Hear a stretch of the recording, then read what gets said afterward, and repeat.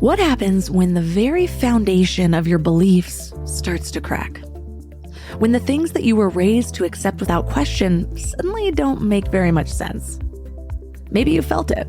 That moment when your gut just tells you something is off. But everything in you resists pulling the thread because you know if you do, the whole thing might unravel. I know that moment well.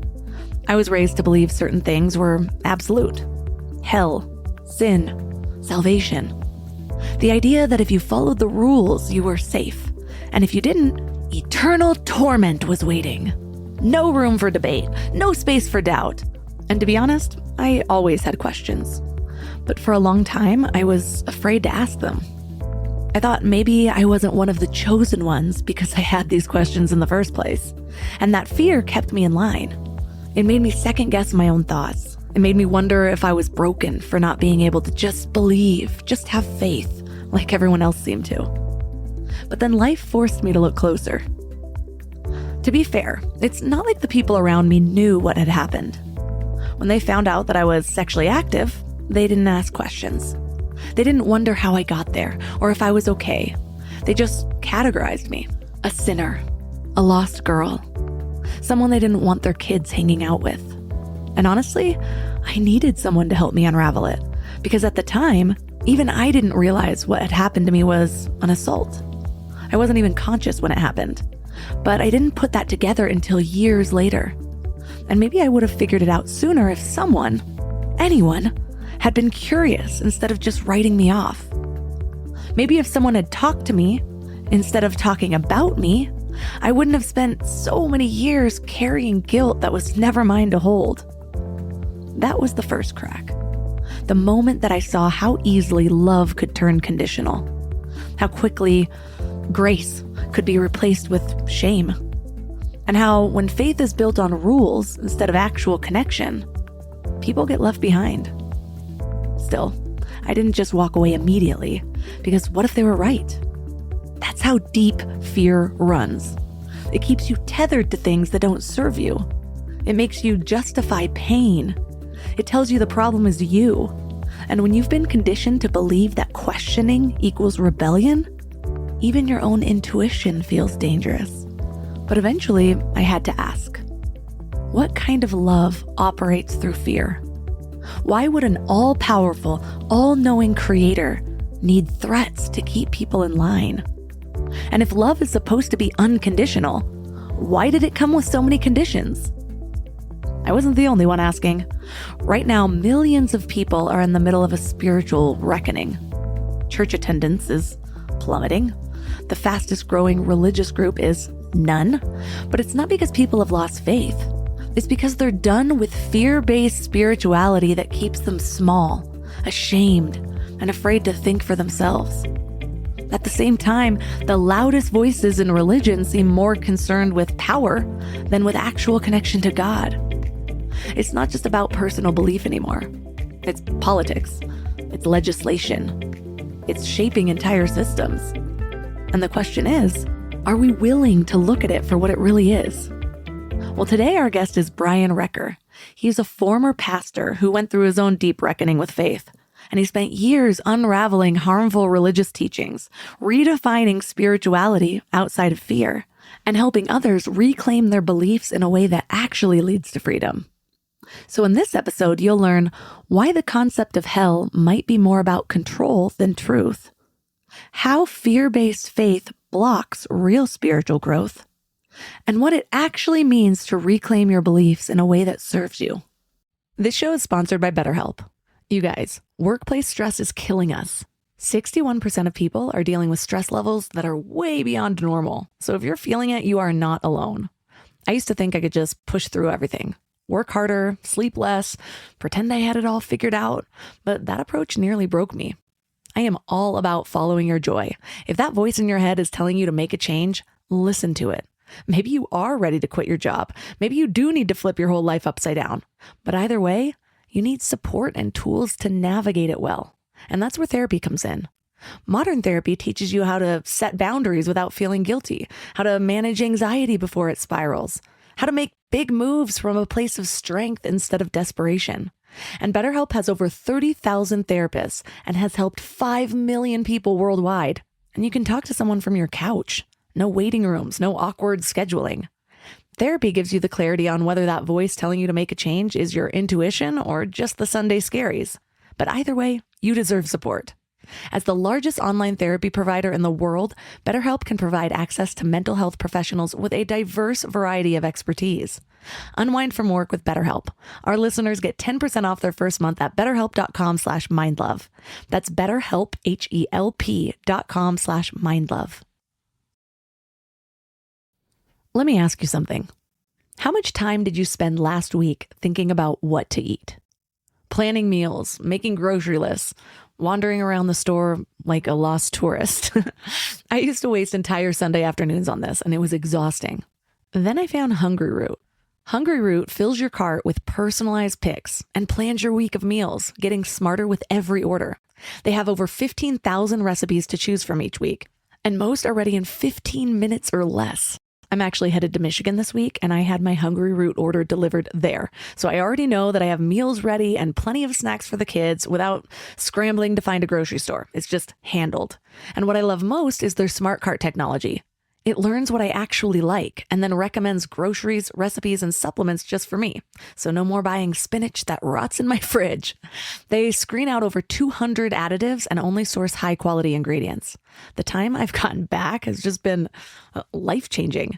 So take advantage of this exclusive offer. For a limited time, get 40% off your first box, plus get a free item in every box for life. Go to hungryroot.com/mindlove and use code MINDLOVE. That's hungryroot.com/mindlove, code MINDLOVE, to get 40% off your first box and a free item of your choice for life. hungryroot.com/mindlove, code MINDLOVE. I think in that sense, it's a very human condition. I mean, I wake up every day and I can choose, and this is where like prayer and meditation is so helpful to help bring us back to that centered place of presence in the moment and with our neighbor, recognizing that, again, we're all connected, that there's a divinity in my neighbor. There is something in my neighbor that is too beautiful to die. And yet I can go through my day and just forget that sometimes, and you can take people for granted, and you can easily live into death-dealing systems that are not that are not aligned with the reality of our divinity and humanity. But to be aligned in that is, I think, what it means to enter into the mindset that Jesus was talking about when he talked about the kingdom of God, which is within us. Turn up your frequency with Mind Love. Bite-sized brain hacks for seekers, dreamers, and doers. It's time to give your mind a little love with your host, Melissa Monti. Every purposeful path begins with a moment, like a realization that the story you were living wasn't the one that you were meant to tell. For you, what moment comes to mind? Hell was a big one that I really did a deep dive into. I spent a few years really wrestling with this. That had been something that really bothered me since I was a kid, that, you know, there was so much cool stuff in Christianity. Jesus himself is such an amazing spiritual figure. You know, the parables that Jesus tells, like the prodigal son and the good Samaritan, the moral wisdom of Jesus, like the golden rule, and the law of love, things like that were just like, I mean, I couldn't shake Jesus, but like the idea that everyone who wasn't a Christian was going to burn in hell just never sat right with me. But it felt like something that I had to believe. It was a package deal. Hell came with heaven. It came with Jesus. It was just a whole part of the Christian thing. For a while, I really didn't like to think about it. And even when I was a pastor, I didn't preach on hell ever. And you don't have to. It doesn't really come up a lot. That's not the main idea in the book. And you'd think for something so all-consuming, you know, if really like the majority of people who ever lived that are wrong or going there, like there should be more real estate maybe devoted to it. But I think, and I don't know that this was connected to the Trump thing or not, but I will say that when the moral discernment of evangelicalism, it became apparent to me that it was like just transparently empty, and they really lacked that discernment. I did have kind of this sense of what else have they been lying to me about? What else have I just been blindly sort of accepting?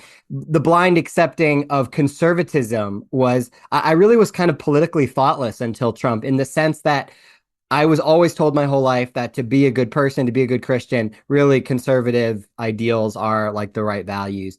And, I think Trump was helpful for me in that it caused me to actually say, I can't listen to people anymore. I have to study this out for myself and really think through, using my own moral intuition, what I think about some of this stuff. And so I think I started doing that with other things. And hell was maybe the first theological thing that I wrestled with in those first few years.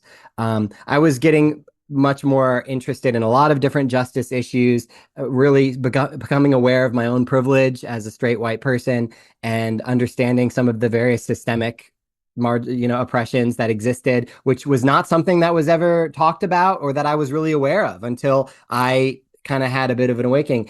And for a while, though, I still was content to talk about those things and wrestle those things from within evangelicalism and try to like challenge people from within. And it really wasn't until 2020 that I reached kind of a breaking point where I realized I can't be a part of this anymore at all. So when you had this awakening of your beliefs, what changed with how you view the Bible? Because you said that you still root your faith in Christianity, but what's different from what it was? A lot.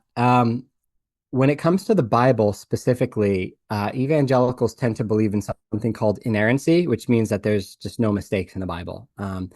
The problem with that is the Bible. There's not a single scholar that is not,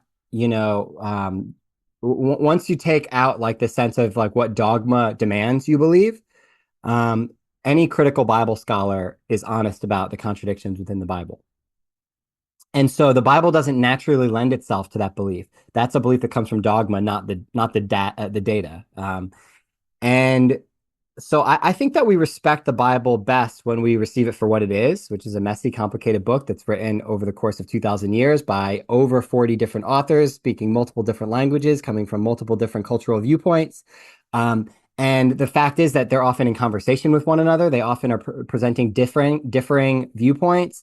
And I think that one of the problems with any fundamentalist religion, and every religion has its fundamentalists. Somebody was just asking me why do Jews tend to be more progressive than Christians, if they have the same Old Testament. And I pointed out, well, first of all, Jews on the whole they do tend to be more comfortable with like mystery and ambiguity, but also there are fundamentalist Jewish people as well. There's fundamentalist Muslims, there's also progressive Muslims. Every religion tends to have its fundamentalists who are more concerned with dogma and boundaries and exclusion. And then also people that realize that the whole point is love, like where it brings you is love. And so for me, the Bible, I see a progression within the Bible. I see a move towards greater openness, towards greater mercy, towards greater love and inclusion. And I think we're meant to follow a spiritual trajectory within the Bible. That's maybe the simplest way to put it. I think that you could get a lot more complicated than that, but it's a journey. And so there are points in which the Bible depicts God in ways that I don't think accurately represent who God is. But ultimately, like one of the most, in one of the last books of the Bible, the sort of most definitive statement we get is that God is love. And so I think that's where it really does take us. I was just having a conversation with somebody on this topic of how difficult it is to hold the fundamentalist view, whatever your religion is, and also be moving up the map of consciousness. Because even when you are sharing what you believe is the truth and what you believe is in love, if it's to save the other person from hell, you can't really do that without a threat of fear. And so how can you hold fear and love at the same time? Well, that kind of dogma, it actually twists the very meaning of love. When you believe in hell, the problem, a lot of problems with hell, but it is fundamentally alienating in the sense that if I think that I have the answers that are going to lead to heaven and you don't, so you're going to hell, then I can't really enter into a relationship of mutuality with you where like we can see some things eye to eye. I can receive from you, you can receive from me. Ultimately, I have to save you. I have to fix you. You can't really truly be a friend or a neighbor. You're a mission field. You're a project. You need to be fixed and changed and saved. And that is me loving you. Because if you are going to die and go to hell, then I could make you a sandwich. I could help you cross the street. I could give you a loan for $1,000. And if I don't ultimately, though, save your soul, like what good is any of that? What good is improving your material conditions? If, that's one reason like evangelicals tend to oppose a lot of like social welfare stuff. They'll often say, it's not the church's job to worry about that kind of stuff because like, what good is it if we, cure poverty if all those people die and go to hell? Ultimately, there's nothing more important than that. And that then twists the meaning of love. Like you could literally, like, this is why evangelicals will sometimes, not all of them will do this. I don't want to paint with too broad a brush, but they'll hand out like a gospel tract, like go soul winning. And you'll see there's ones that are like, they look like $100 bill. And you open it and it's not a $100 bill. It's got the gospel in it, right? And so like, aha, got you. You open it and it's like, this is the real valuable thing is this good news of Jesus Christ, right? And like, so homeless people will find this and like, what a cruel trick to like think that you're finding money and they're like passing it out to poor people. It's like, no, we're giving you the truly valuable thing. So this is true love is trying to save your soul. And this is why it can justify incredible cruelty. I mean, parents have disowned their queer children. They won't go to their gay weddings. They cut them out entirely. And they can call that love because they might say, I could go to your wedding, but like if I affirm your sin, that only leads to you going to hell, then I haven't really loved you. Actually, the more loving thing is for me to point out your sin and to refuse to assent to it, to try to provoke you towards repentance and change. And that's what true love is. And so it makes it impossible to enter into relationships with what I think is actually love, which is really mutuality and a refusal to see somebody as a project, but actually recognizing that we're all connected. We all have something to contribute. And that I don't just need to save you. I need to be saved by you, especially if you are different from me and have a different perspective than me. I need for that to encounter me and change me. And you can't enter into that when you're a fundamentalist. One thing that changed for me was understanding the word sin. This was like a level of unraveling fear in my journey of figuring out what I believed. And when I found out that sin actually means to miss the mark, or the original Greek word means to miss the mark, suddenly all of this other understanding that I had learned from Eastern wisdom and my own path started to make more sense, because it's generally meaning out of alignment is how I view it. It's out of alignment. And if I'm going to be aligned, then I'm going to be aligned with love. And so what am I aligned with? If I'm no longer aligned with love, that to me is sin. So it's more like a separation. It's a separation from my divine nature, from my connection with God. How do you view sin?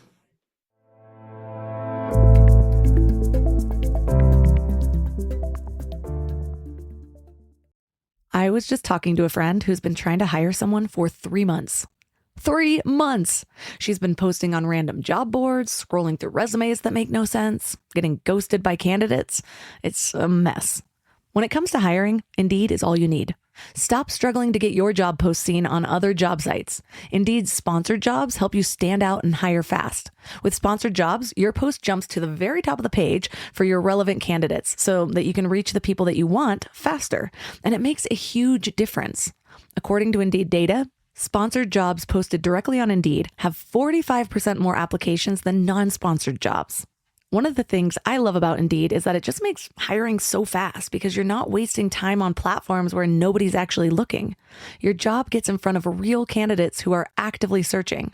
Plus, with Indeed sponsored jobs, there's no monthly subscriptions, no long-term contracts, and you only pay for results. How fast is Indeed? Well, in the minute I've been talking to you, 23 hires were made on Indeed, according to Indeed data worldwide. There's no need to wait any longer. Speed up your hiring right now with Indeed. And listeners of this show will get a $75 sponsored job credit to get your jobs more visibility at Indeed.com/mindlove. Just go to Indeed.com/mindlove right now and support the show by saying you heard about Indeed on this podcast. Indeed.com/mindlove. Terms and conditions apply. Hiring? Indeed is all you need. How do you view sin? Man, I really like what you just said. I do. I see it very similarly. And it's definitely not just individual, moral actions like cussing, especially when they're not rooted in harm. I think so. Yeah, like you said, the word means missing the mark, and I like to think about that in a sense of like missing the whole point of life, which is loving connection. And when we're living, like you said, not in alignment with that, when we're Paul Tillich is a Christian theologian. He said sin is estrangement or alienation from, like you just said, from yourself, from your neighbor, and from the ground of being or God. And so living outside of that, and I think in that sense, it's a very human condition. I mean, I wake up every day and I can choose. And this is where like prayer and meditation is so helpful to help bring us back to that centered place of presence in the moment and with our neighbor, recognizing that, again, we're all connected, that there's a divinity in my neighbor. There is something in my neighbor that is too beautiful to die. And yet I can go through my day and just forget that sometimes. And you can take people for granted and you can easily live into death dealing systems that are not like taking again that are not aligned with the reality of our divinity and humanity. But to be aligned in that is, I think, what it means to enter into the mindset that Jesus was talking about when he talked about the kingdom of God, which is within us. And so, yeah, I really liked how you described that sense of alienation, which we is a battle like all day, every day. Like with my kids, sometimes I'm distracted and I can speak to them in a tone that is not in line with what life is all about. It's not leading me into greater levels of connection versus I can stop and I can pause and I can remember this person in front of me, the love that's there, and I can sort of turn myself on and like recognize that and bring myself into alignment with that. And so, yeah, that's how I kind of see sin as well. If you could redefine faith in a way that aligns with your current beliefs, how would you describe it?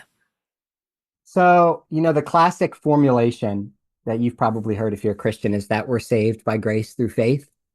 Um, and for a little while, I wrestled with that. Like, do I still believe that? And I do. But I don't quite think about it the same way. For Christians in kind of a Protestant, more conservative tradition, when they say you're saved by grace through faith, what they mean is that you're saved by believing the right set of doctrines. So faith means believing that Jesus was God and died on the cross for your sins, so that paid your sin debt, and that when you believe that by faith, then the debt of sin that you owe God is placed on Jesus's account, and therefore Jesus is punished so you don't have to be punished, so that you don't have to go to hell when you die. You, by grace, are saved. In other words, you didn't do any works. You just believe in Jesus's finished work, and you receive that by faith. And faith in that sense means believing those set of doctrines about Jesus's divinity and death, et cetera, et cetera. And so I don't believe that. I don't believe in that model of the cross or of what Jesus did or what it means to have faith in Jesus. But rather, for me, the grace of Christianity that I think is one of the most beautiful doctrines, really, that the Christian faith offers is the idea that you don't have to do anything to be loved. Not anything at all. It's pure grace. You are born into belovedness. God is with you and always has been. Psalm 139 says that this knowledge is too wonderful for me. God is before us and behind us and places God's hand upon us from before our birth, that God has been with you and God's love has always been with you. The psalmist writes that if I ascend into heaven, God's there. If I descend into death, into Sheol, into the grave, then still your love is there with me. And so you can't get away from it. And in other words, you don't have to become a Christian to encounter the love of God. Grace for me is pure grace, unmerited favor. It means, in other words, God's favor, God's belovedness is on you right now. If you're listening to this, I believe that God loves you and has grace for you, is with you, whether you're aware of it or not, whether you accept it or not, whether you believe it or not. You don't have to do anything to include believe certain doctrines to be loved by God. That love is inescapable. That's grace. Faith for me is believing it, is knowing it, is tasting it, is being present with that love, is allowing my heart to believe that I'm loved, is reminding myself and others that I'm loved. It is faith is grabbing hold of that grace. But The salvation that I'm talking about in this sense of being saved by faith through grace is not the salvation of if you don't believe these right things about God, then you're going to die and go to hell. This isn't about punishment. This isn't about avoiding God's punishment. This is about enjoying God's love. This is about enjoying the beauty of being human. That's a gift for all of us that we get to be here in these bodies. And one of the things that I believe it means to be human is to be loved by God and to be connected to this whole big connected thing that we're a part of as spiritual beings. And so the faith is simply it's the opposite of sin, really. It's being connected instead of being alienated. It's coming into that place of presence with the love that's always there, but just remembering it, waking up to it, being aware of it, and wanting to walk in it and have it affect the way that I live and treat others. I want it to be my words and my actions. And so that's what it means to have that faith. It's just bringing the grace that's always there. God always loves me, but I'm not always aware of it. And so faith is letting myself be aware of it. And that's really what salvation is, because salvation for me is not about avoiding hell. It's about bringing heaven on earth. It's about experiencing God's love in the here and now, in myself and outwards to others. And yeah, you have to know that you're loved in order to love. You have to experience love and be in love, and that love flows through us and into others and into the world. A Course in Miracles was very healing for me because I found, because of my upbringing in Christianity, I experienced some religious trauma through it. When I was sexually assaulted, I was sort of pushed aside in my church because I was sexually active and nobody really asked me questions.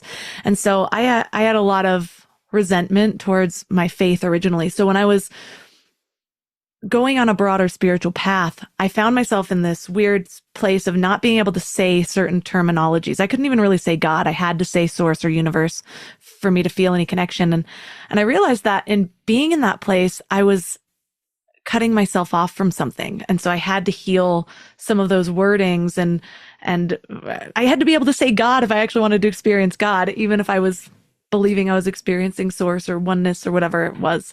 And so A Course in Miracles was a big step for me. And what I loved was the way that the book describes thinking with God. And I couldn't really understand what sin and willpower and free will and all of this, like, how did it all fit together?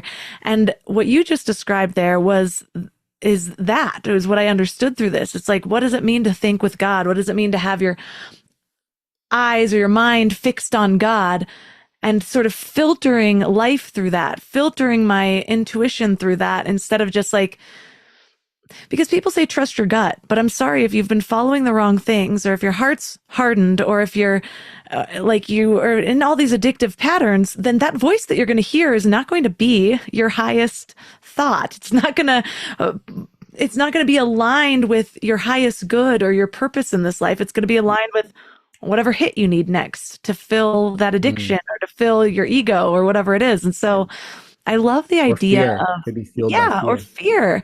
What is it that you're entangled in? And if you're entangled in God, your thoughts, your first instinct are going to be more aligned with God's will, versus being entangled in the ego.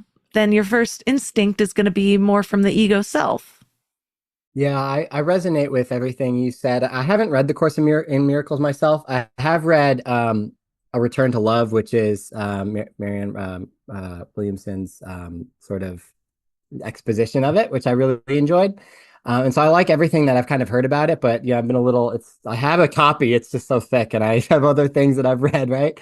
But I really did resonate with what you said about God. I think that for so many people, that is an issue, because we received a vision of God that was a big punishing guy, basically. That's who God is. When people think of God, they have a hard time breaking with the image of like a big, angry guy on a throne up there, out there, far away from us. I don't know if I don't know if you were traumatized in the same way as I was. If you ever read a Chick tract, do you know what a Chick tract is?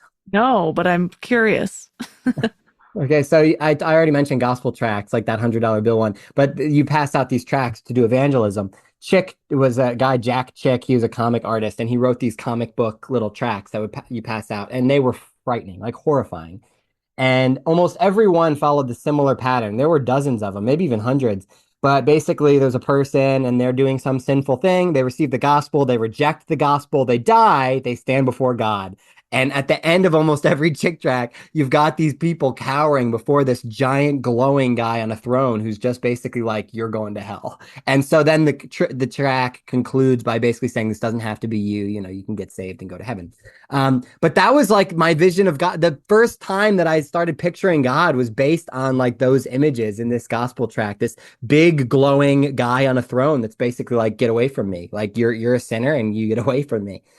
And I think for a lot of people, that is the image when they hear God. It's hard to get away from, you know, and even, Jesus was quite innovative in bringing a God of love that was not defined by wrath and judgment, but rather by love. And Jesus used the word father, Abba, which is like a very loving term for father to talk about God. But that even for a lot of us, the idea of father has been this hyper masculine word. Jesus was almost trying to do something quite subversive with that, where he was using the word father, but when he would actually describe God, he was using very tender, nurturing concepts that almost sounded more like a mother. So it was almost like even not only using the word father, but then describing father in a new way to give us a new vision for what fatherhood could even be. But unfortunately, we kind of held on to the masculine image and left a lot of the new things that Jesus filled that image with, and really just held on to the idea that, yeah, God's definitely a big guy. I mean, he's a father. And so we have this authoritarian hierarchical vision of God, which the reason I think universe is maybe more appealing to people is we're all a part of the universe. We're all connected together. And I'm a part of the universe. You're a part of the universe. We know that like we're a part of this big connected thing. And it's not just this big angry guy. The problem with universe for me is you lose the personal element. Like a universe doesn't necessarily love you. It's kind of cold. And so I do like God still. While I think of God not as a big guy, but more like that big connected thing that we're all a part of. But one of the beautiful things about Christianity that I like is the concept of Trinity, where you have these different conceptions of God. And so you have not only like a father, which is like a distant source, but you also have a Holy Spirit that's inside of you. So God is with us and in us. Then you also have the Christ, which is the incarnate God. In other words, the God of creation, the God that takes flesh. So like every rock, every tree, like the incarnate world is glowing with the glory and grandeur of God. And so it kind of is a more comprehensive vision for God that is also very personal. So yeah, that's God is an interesting thing to talk about as well. And reclaiming that word, I don't think is that important if that is a difficult word, but I think it's a fun one to take back if you can. For sure, because you realize that words unlock, it's a vibration. It unlocks more than just the sound. And so for me, realizing I had a blockage there, it wasn't just that I didn't want the word to be stolen from me.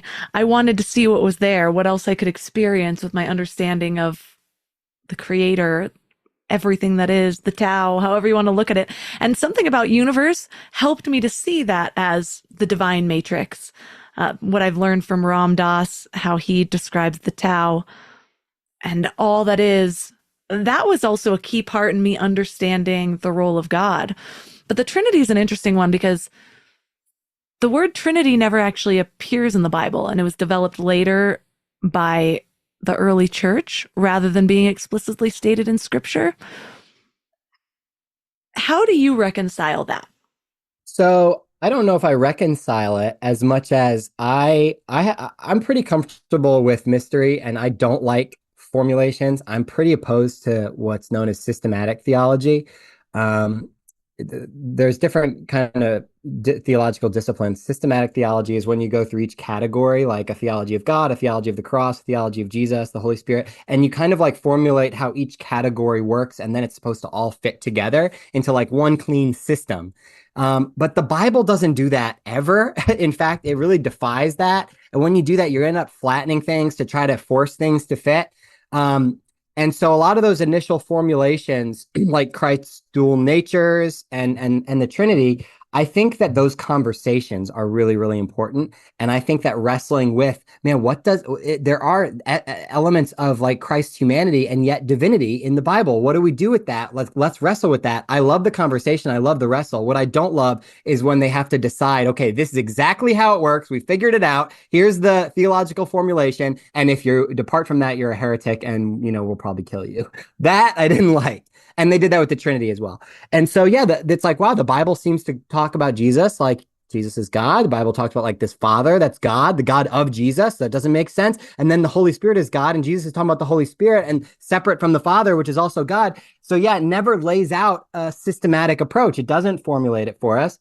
And that to me, though, I love the conversations of church history. So I don't ever want to be like, oh, like church history, they're just a bunch of dummies. They got it wrong because they just had these systems. I do think that we've often been in straitjackets because I think it's important to recognize that a lot of those formulations were enforced by violence too. And that like there wasn't a freedom of thought after some of these councils. It was like, hey, we came up with the decision. And if you don't abide by that decision, like you can see your way out. And there's, we've got some swords waiting for you. And so I don't think that's the best way to keep open like a conversation and curiosity. That being said, I think the Trinity has been for thousands of years. Christians have gotten a lot out of it. And I personally have, I think it's as good a way of talking about the mystery of God as any. I don't think there's any perfect way of talking about the mystery of God. One of my favorite descriptions of God, and I forget who said it, but he said that God is the name of the blanket that we throw over the mystery to give it a shape. In other words, whenever we're talking about God, we're talking about the things that can't really be named. And so we're just doing our best. And so if I look at the Trinity as like, this is like one way of like just doing our best, then I like the Trinity. But if we're saying like, this is a formula and it's the way to talk about God, and if you're not talking about God this way, you're wrong, I don't like the Trinity. So I don't know if that makes sense, if that's helpful at all. It does, but I think it's at the point of understanding, as we've been talking about, where I believe scripture is meant to unlock something in you, to change something in you. And I think that we don't get that depth of meaning when we are limiting it to literal. And so we lose a lot in biblical teachings or any ancient wisdom when we're just trying to take it surface value. We miss the whole spiritual transformation of it. Yeah, I mean, people do the exact same thing with the divinity of Jesus. I mean, I think it's beautiful that it's never spelled out in a super clear way. It leaves room. Like he could just announce that I'm God, and he just doesn't do that. He refuses to do that. But yet, if you now, as a Christian, talk about it in any kind of mysterious or non-dogmatic way, Christians will call you a heretic. It's like, wait, why can't we talk about it the same way that they talk about it in the Bible? Why do we need to be more clear than the Bible is? That doesn't make sense. Oh, that's a good point. And there's other stories like you wrote about in your blog, how the flood is a brutal story that didn't really happen. So why is it in the Bible? Give us that example so that people might understand why things that may not have happened are in the Bible. Yes. So that I wrote about that one as kind of a typical story where, because I argue mostly with conservative Christians, but occasionally I'll find myself confronted by like a pushy atheist who's just like, why would you believe any of this crap? There's so much like violence and horrible stuff in the Bible. Like this is all just throw it away, right? And listen, if you want to throw it away, that's fine. But I don't struggle with the fact that there's a lot in the Bible that I don't think accurately represents God.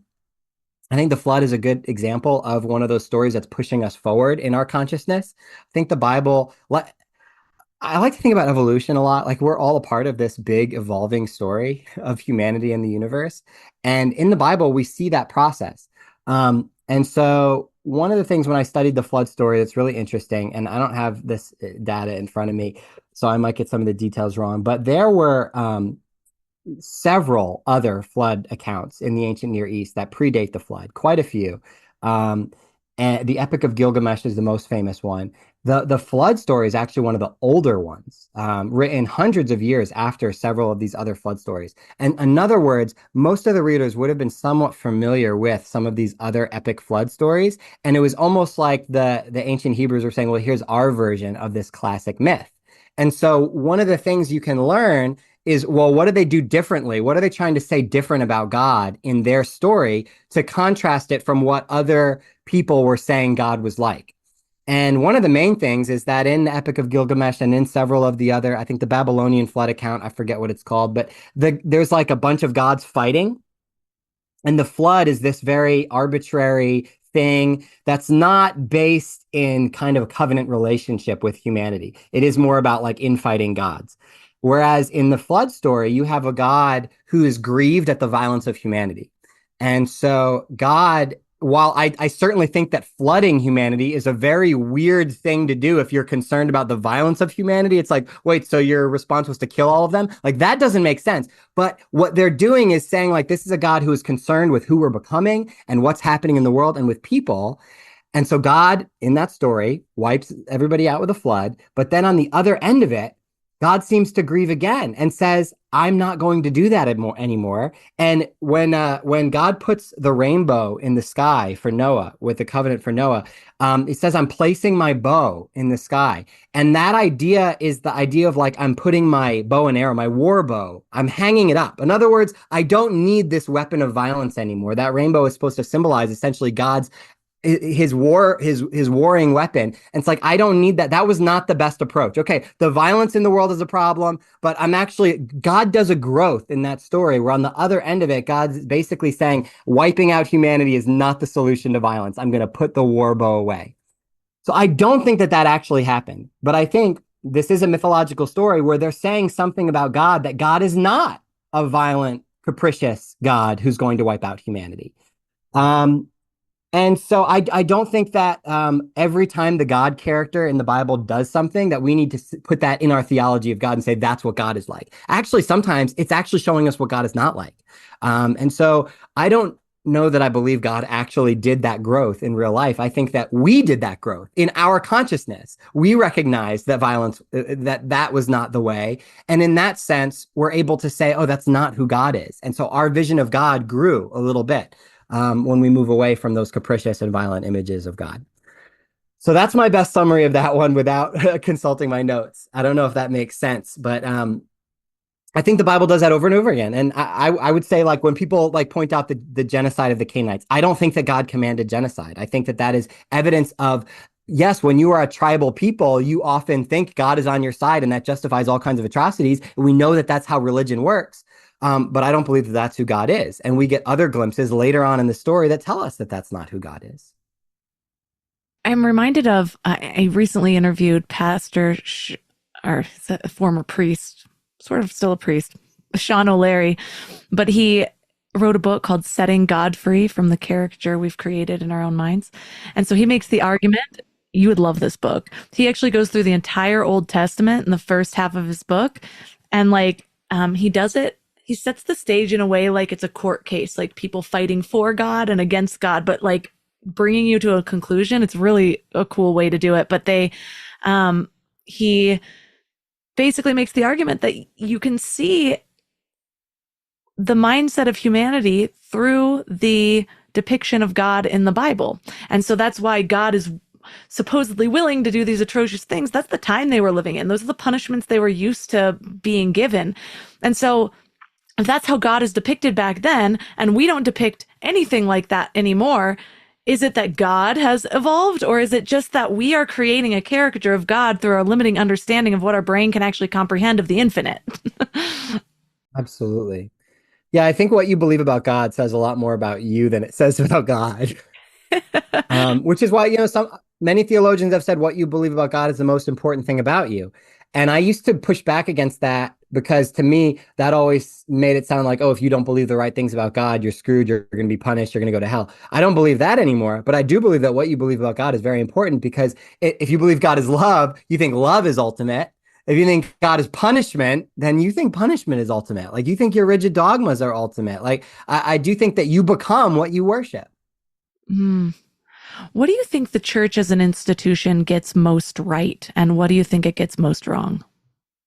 I think that as people have deconstructed and left the church, we are lacking in many ways meaning and community.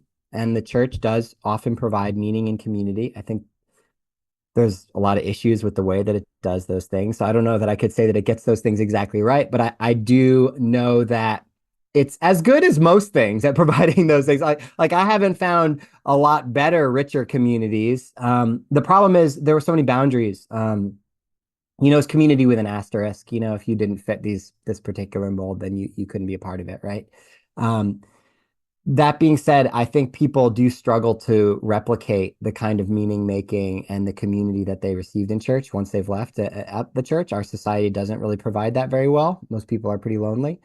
And so I do think that in our spiritual communities and just really in the world, we need to build those things. I do think that I talked before about how the evangelical church doesn't tend to center justice issues.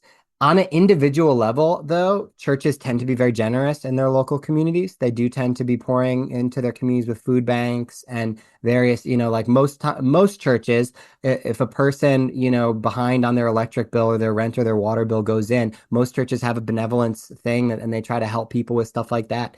I hate that the church is often then filled with people who don't want our government to be better at providing those things because I think they like the fact that it has to go through them.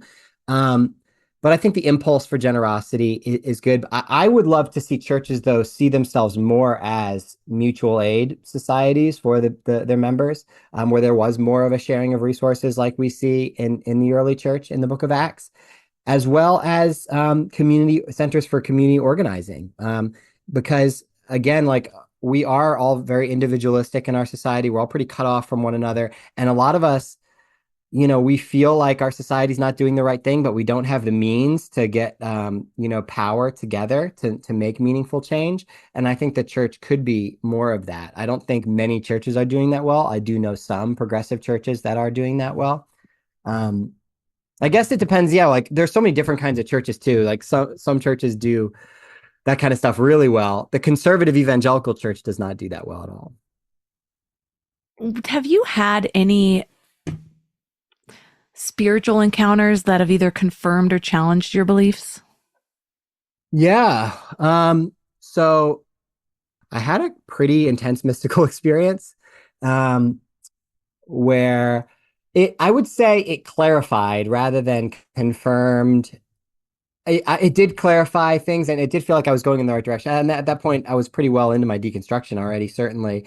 I I had already let go of, exclusionary sort of religion, but I just felt a very deep, it just brought it home to me.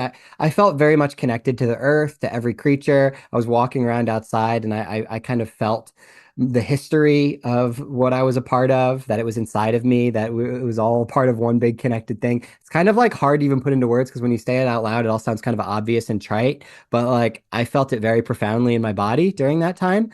And I also felt a real peace about death during that time because I was breathing air that I knew contained molecules that had like pieces of people that had been around centuries earlier. And I was thinking about the fact that I was the culmination of all the people that came before me. And I'm going to have people that come after me. And I'm going to go back, whether through my actual like biological, future, through my children, or whether through the dirt that I go into, like we're all a part of this forever. And in that moment, it felt very beautiful and clear and profound. And it felt like God to me that I was a part of that I was a part of God. Um, so that was really powerful. And one of the cool things that happened during that time, because none of that feels very specifically Christian, it just felt very true and very human and universal. But it did also, I kind of just saw like, yeah, Jesus was basically saying that same thing. Like it just seemed really clear to me that Jesus wasn't trying to like give us a new dogma, a new straitjacket, a new way of gatekeeping the divine and saying it's only through our way, but actually that Jesus was pushing us in this same direction towards universal connection. And after that was when I actually started blogging more consistently because I felt like compelled to write about how I see these spiritual principles that I think are pretty universal amongst, like you even see Bob talking about in his work, in his mystical work, which is like across religions. But I feel like there's not a lot of people really pressing into the ministry of Jesus and showing how we see all these similar themes. And so I started writing more about that after that experience.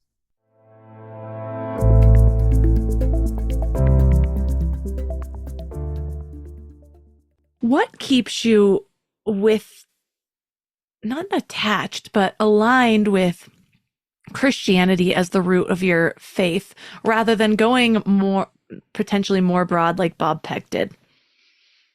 So Christianity is my mother tongue. I think there's a lot of beautiful spiritual truths out there, and there's been a lot of amazing spiritual teachers. I do think that we can often do more when we're anchored in one particular tradition. We can just go deeper, and we can speak to people in a specific language that is contextual, because we're just contextual people. We need context to make sense of things. So I think of Christianity a little bit as a language to talk about spirituality, and you can talk about it in different languages. But it's the language that I learned and that I know best. And so I could like work hard to learn other languages, and that would be fine. And that would be totally a possible, meaningful direction to go down.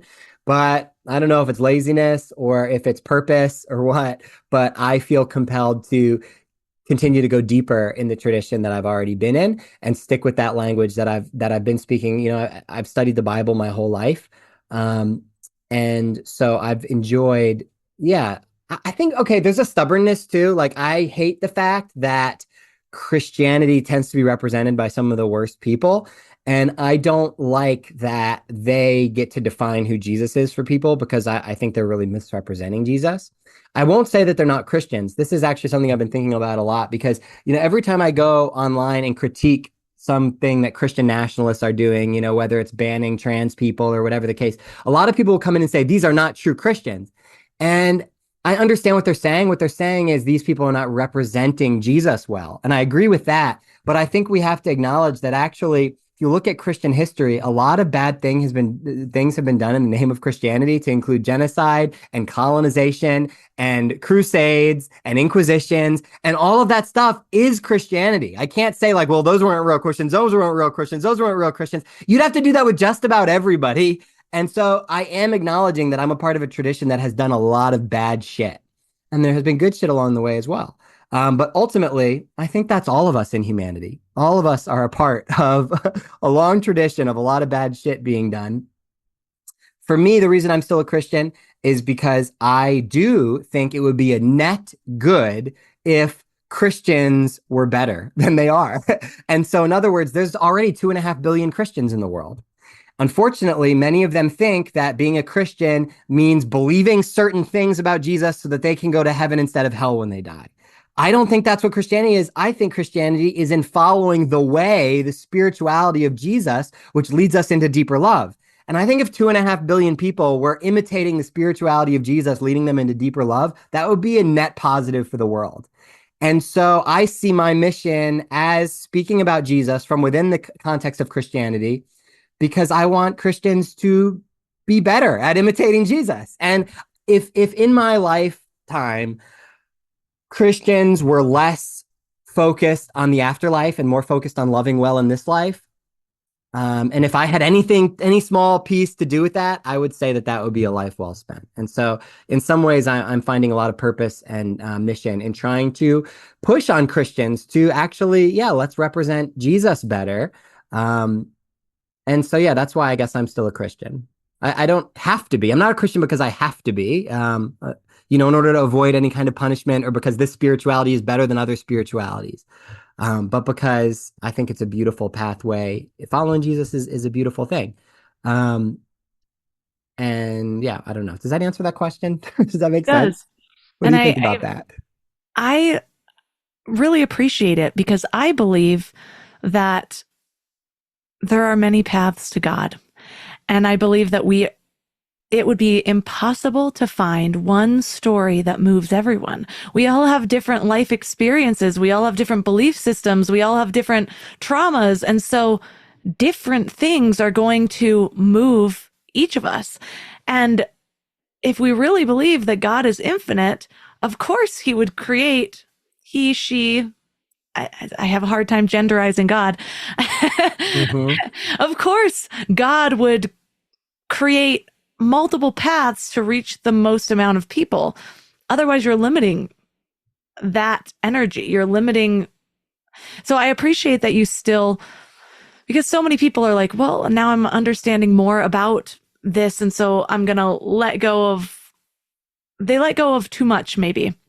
Whereas I also think that there's a lot of beauty in realizing you're probably going to move more people by keeping that title, by keeping your alignment to Christianity. Because the moment that you say, well, no, I had this awakening and now this is not it, then you're an adversary to a lot of people that might be on the brink of expanding their mind just a little bit for a deeper understanding. But when you say, Right. even when I'm recommending books, because I have a lot of people, since I talk about this a lot, people are like, well, what book do you recommend?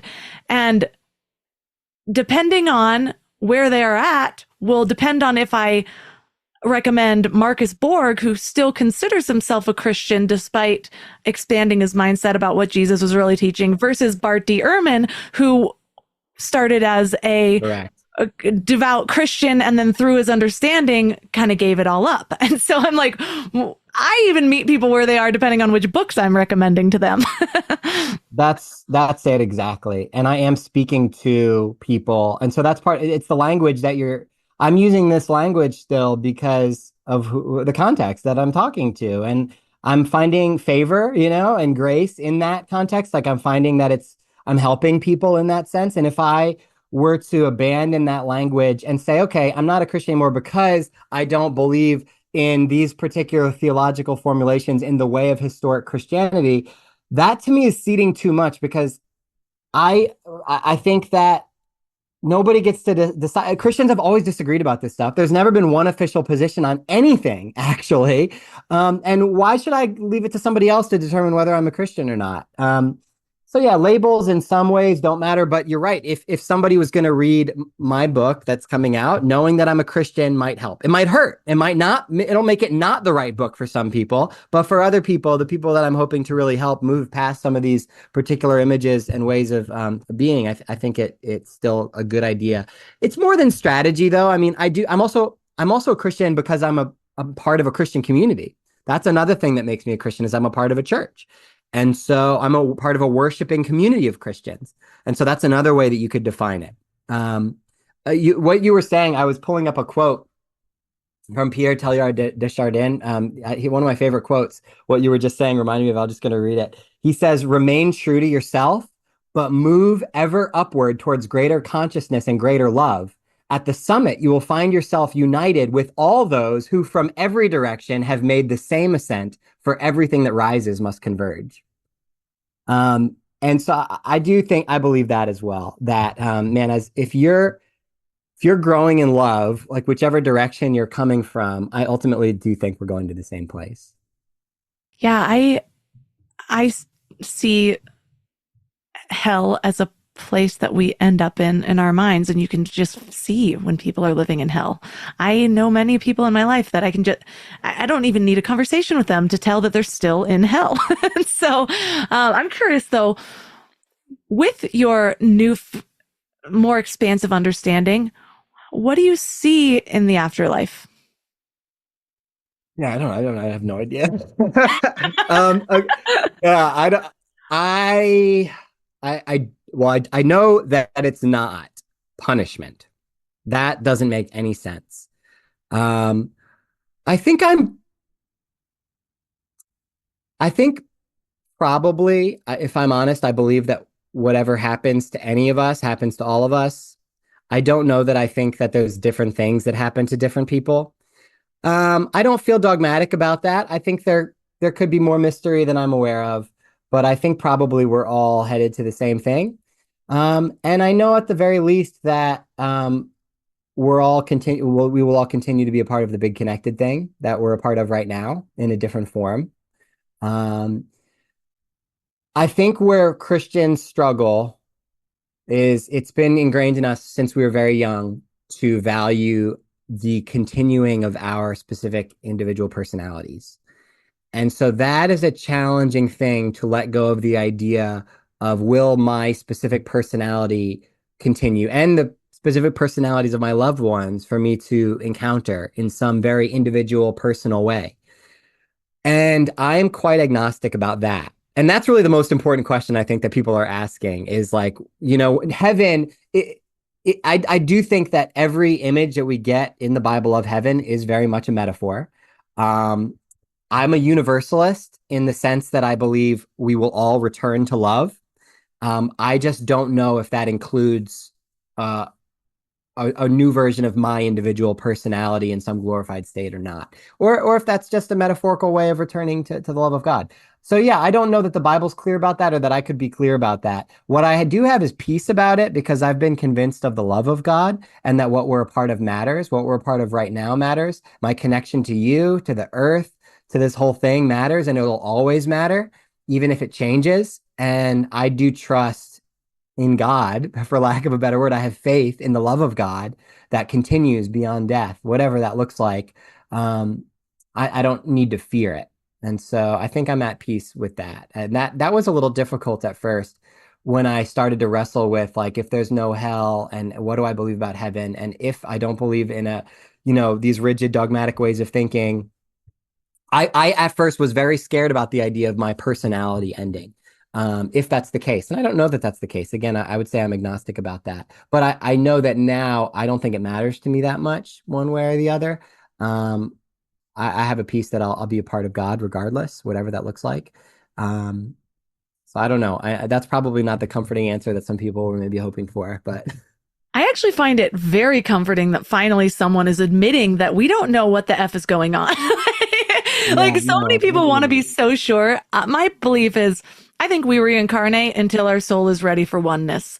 And so that's why I think that's why there's people that are at such different levels of this incarnation, where some of them are damn near enlightened and other ones are, you can see hell written on their face. They probably have a few more lifetimes to go to have these realizations. And to me, that is one of the motivations to experience God and love as purely as possible, is because it's the ascension of my consciousness. But do I know that for sure? No. I've taken a lot of yeah, I think if anybody tells you they know for sure what happens when you die, they're selling something, man. They're not. And here's the reason I love, I was able, it's interesting because my releasing hell allowed me to release certainty about all of that because I realized that the only reason you needed certainty was because you certainly didn't want to fucking go there. And so there's a sense in which hell demands certainty because it's so extreme, so horrific. You have to have a manufactured certainty because there's no real certainty. Nobody really knows. Nobody actually knows. They're manufacturing certainty to protect themselves from the frightening idea that they might suffer in that way. But once you realize that this whole thing is not about avoiding punishment, it's about growing in love, then you are free not to know. And you're free to not say like, well, do I have to believe the right thing? Am I believing the right thing? What if I'm believing the wrong thing? Oh, well, it's okay because, hey, even if you're believing the wrong thing, you're not going to be punished for it, right? So maybe a better question is, are you believing the loving thing?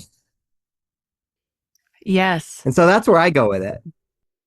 It's funny too.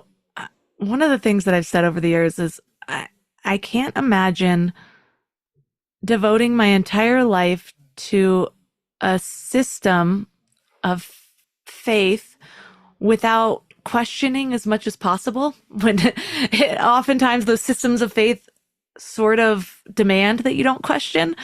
But I'm like, everything else you question all around it to kind of figure out what you believe in. A lot of people don't even realize that their visualizations of hell come more from Dante's Inferno and a book called The Vision of Tundale that were like written in the 1100s. And people just think that they're in the Bible and they're actually not. And it's funny the amount of conversations I've had with people where I'm like, oh, that's not in your Bible. And they're like, wait, what? Like they don't realize. Well, when I went deep on hell, I was really like, it was a mind fuck. I was like, how Like, are we not all like nobody wants to believe this? So, like, why are we all believing this if it's not even clear in scripture? Like, what are we doing here? And that really was, I mean, that was the first domino that kind of fell in my deconstruction. And I think it's a really essential one for people to take apart because it does keep people from even questioning the other parts of it because that really keeps the fear in place. And so that's why I wrote my book, actually, which comes out in October, which is called Hellbent, how a fear of hell holds Christians back from a spirituality of love, where I help people not only deconstruct hell, but everything that comes with it, because that really does corrupt, like I was talking about, it alienates us from our neighbors. It causes us to approach relationships all wrong. It causes us to approach God all wrong as a punisher rather than as love. It causes us to see ourselves wrong as like as worthy of going to hell from birth. And that gives us a twisted spirituality. So a lot of us don't even know how to throw away hell because we learned an entire spirituality based on that. And so the way we view ourselves, other people, and God is all rooted in that punishment framework. And so I'm my hope with the book, which hopefully will be one that maybe you'll recommend to people as well. I do quote Marcus Borg a lot. He's one of my faves. Is to help people move past that grid of punishment and embrace a spirituality that is rooted in love. And it can be anchored within the Christian story, but it's not actually necessary to do that. I find it interesting how so many people's deconstruction began with actually sitting with the idea of hell for a little bit longer than you have before. And it makes so much sense too if you actually think about like David Hawkins' map of consciousness. Hell is one of those low vibrational, or fear is one of those low vibrational energies, emotions. And so if you're sitting there and you're basing, and so much of your anchor for your faith is around this very fear driven part of it, how much higher can you go at the same time? It's like you're always holding both at the same simultaneously. Yeah, for me, it was so integral to my spirituality that it was hard to I mean, I think that when I was honest with it, it was like my whole relationship with God in some ways was rooted in fear and guilt, really. I was also just guilty that I wasn't so I was a fundamentalist growing up. I actually becoming an evangelical was actually my first step of deconstruction, even before the hell thing. I grew up as a fundamentalist where evangelicals were seen as actually quite liberal. I went to Bob Jones University. My dad is an independent fundamental Baptist, King James only, fire and brimstone, not even any rock and roll music in the church because that was like liberal, like piano only, like super strict.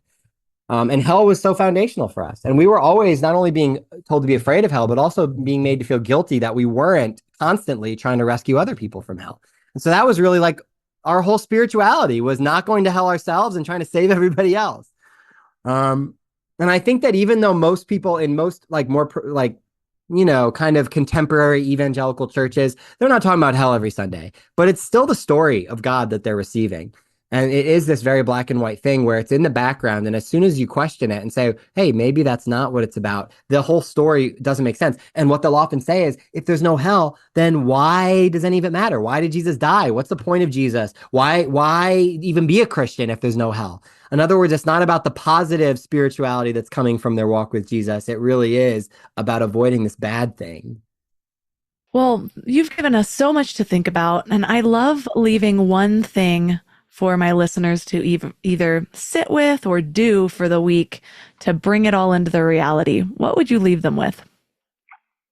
Man, it really just depends on where people are coming from. Um, I would imagine most people listening to this are probably not dogmatic, fear-based, fundamentalist or evangelical Christians. Um, I wonder, I mean, maybe, you talked a little bit about like reclaiming God.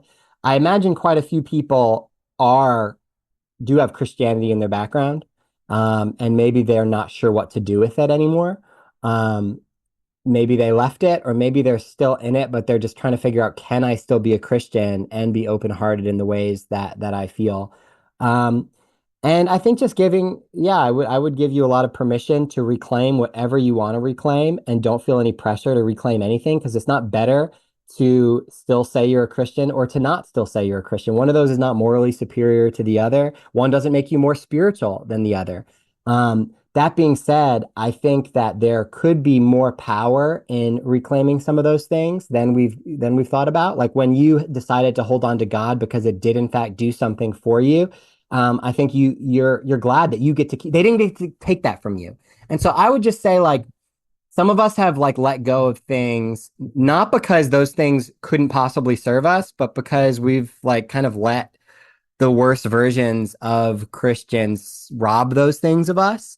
And, you know, I would say that Jesus is so much bigger than most of the forms of Christianity than that we've encountered that it would make me sad if Jesus was fully robbed from you.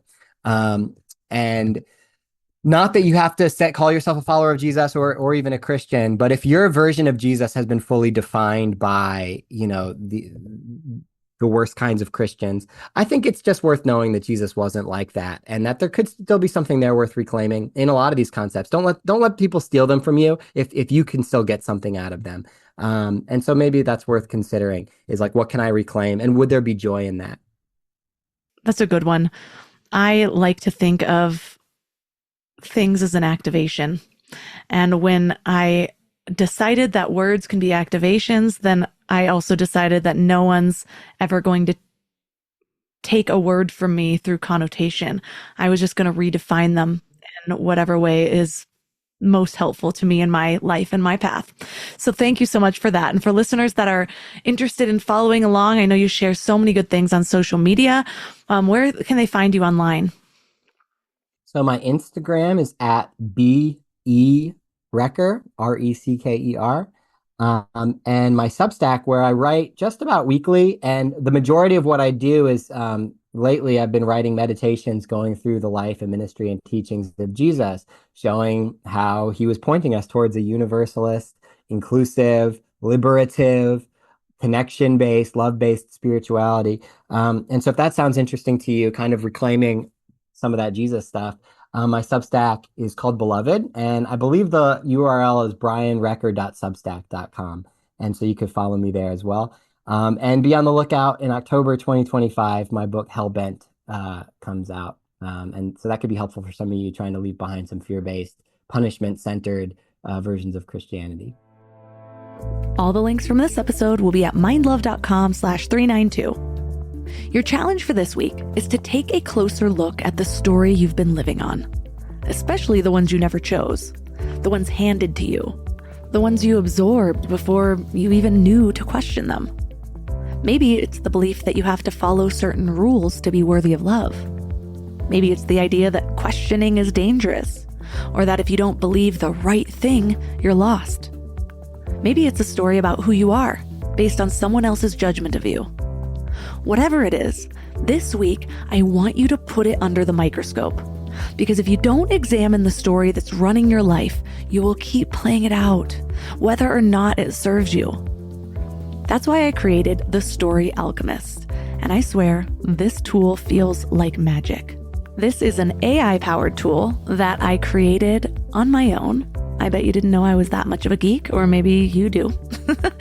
But this tool is going to help you rewrite a piece of your narrative, one that still shapes how you see yourself, even if you know deep down that it's not the full truth.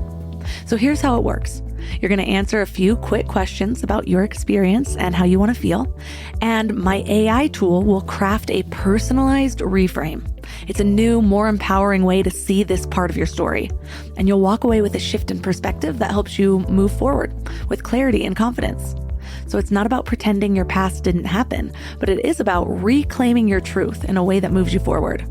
So this week, pick one belief you've been carrying that you never chose and run it through the Story Alchemist and see what shifts. You can find this free tool at mindlove.com/reframe. That's mindlove.com/reframe. I'll give you some thought starters on this belief to run through the system. Maybe it's a religious belief that was drilled into you. Maybe it's an identity that someone else placed on you. Maybe it's an old fear that's been quietly shaping your life. So give it a try and let me know what comes up for you. Again, mindlove.com/reframe. I'm actually really giddy for you to try this because everyone that's tried it so far is like, oh my goodness, this feels like magic. And for those of you who feel called to share their story, this is a really great first step. And practicing this is going to give you this superpower throughout your life, because when things happen, you're going to start experiencing them differently because your brain will start automatically reframing for you. And I'll leave it at that. And that's all for today. Find me on Instagram at mindlovemelissa. And thanks for giving your mind a little love today, and I'll see you next week. Thanks for tuning into Your Higher Frequency with Mind Love. Head to mindlove.com for a free gift to keep your vibes up until next week.